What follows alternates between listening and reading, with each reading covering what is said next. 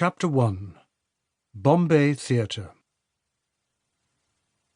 Bombay is a crowd, but I began to feel, when I was some way into the city from the airport that morning, that the crowd on the pavement and the road was very great, and that something unusual might be happening.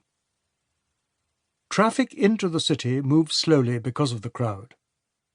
When at certain intersections the traffic was halted by lights or by policemen or by the two together, the pavements seethed the more, and such a torrent of people swept across the road in such a bouncing froth of light-coloured, lightweight clothes, it seemed that some kind of invisible sluice-gate had been opened, and that if it wasn't closed again, the flow of road-crossers would spread everywhere, and the beaten-up red buses and yellow and black taxis would be quite becalmed, each at the centre of a human eddy.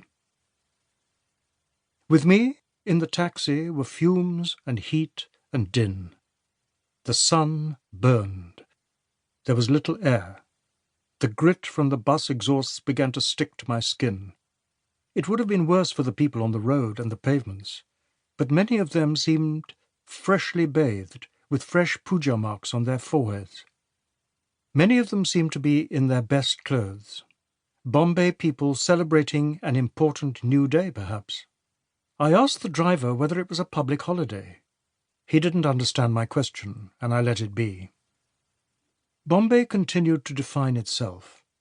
Bombay flats on either side of the road now, concrete buildings mildewed at their upper levels by the Bombay weather, excessive sun, excessive rain, excessive heat. Grimy at the lower levels, as if from the crowds at pavement level, and as if that human grime was working its way up, tidemark by tidemark, to meet the mildew.